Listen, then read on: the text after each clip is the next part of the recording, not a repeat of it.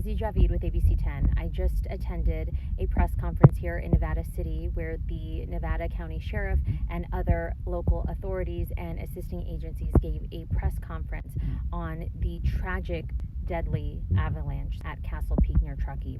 8 backcountry skiers were found dead. They are looking for one presumed also to be deceased.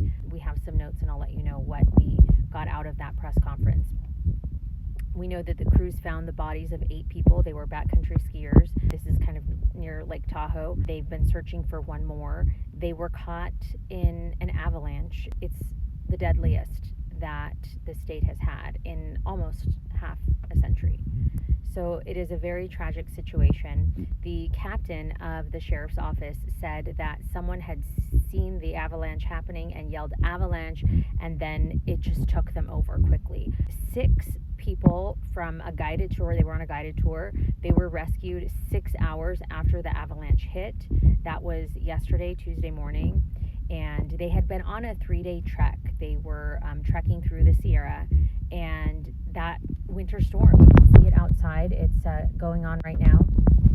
We've had severe weather for the last several days, and there was an avalanche warning out. It was very dangerous conditions, and the sheriff said that investigators are looking into the decision to proceed on that trip, despite the forecast of the major storm. But altogether, such a tragic story. The Sierra Avalanche Center had issued an avalanche watch that morning, early in the morning, and they believed that avalanches were likely in the next 24 to 48 hours. So they did put out that alert, and then they increased the watch to a warning before the avalanche hit. So that information was out there, but it's unclear whether the guides would have known about the warning before they ventured out there.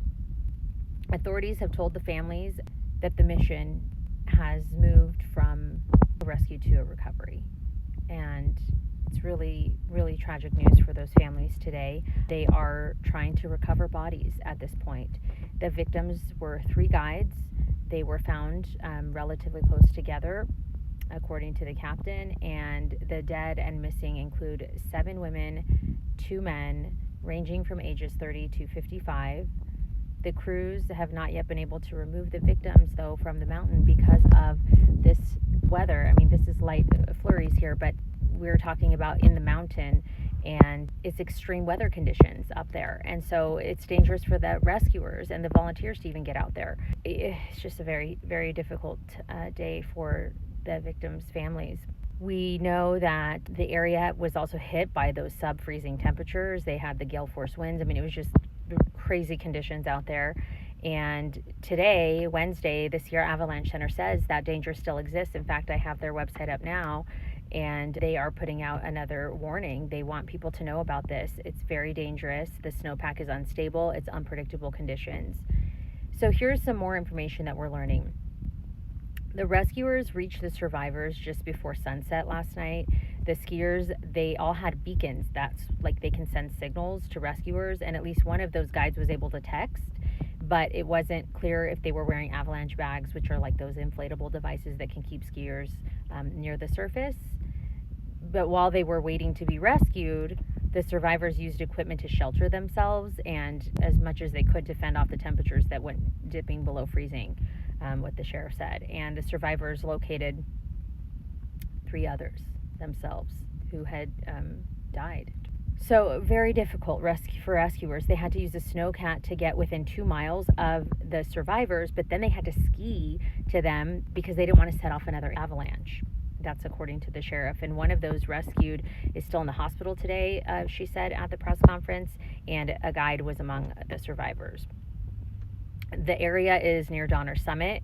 We know is one of the snowiest places in the Western Hemisphere, and it sees an average of nearly 35 feet of snow a year. So really dangerous conditions, and we know that now this avalanche is the deadliest in the U.S. since 1981. That's when 11 climbers, you may remember, they were killed in Washington state. So while it's not uncommon to see avalanches, this is a very tragic, deadly, historic incident that happened here.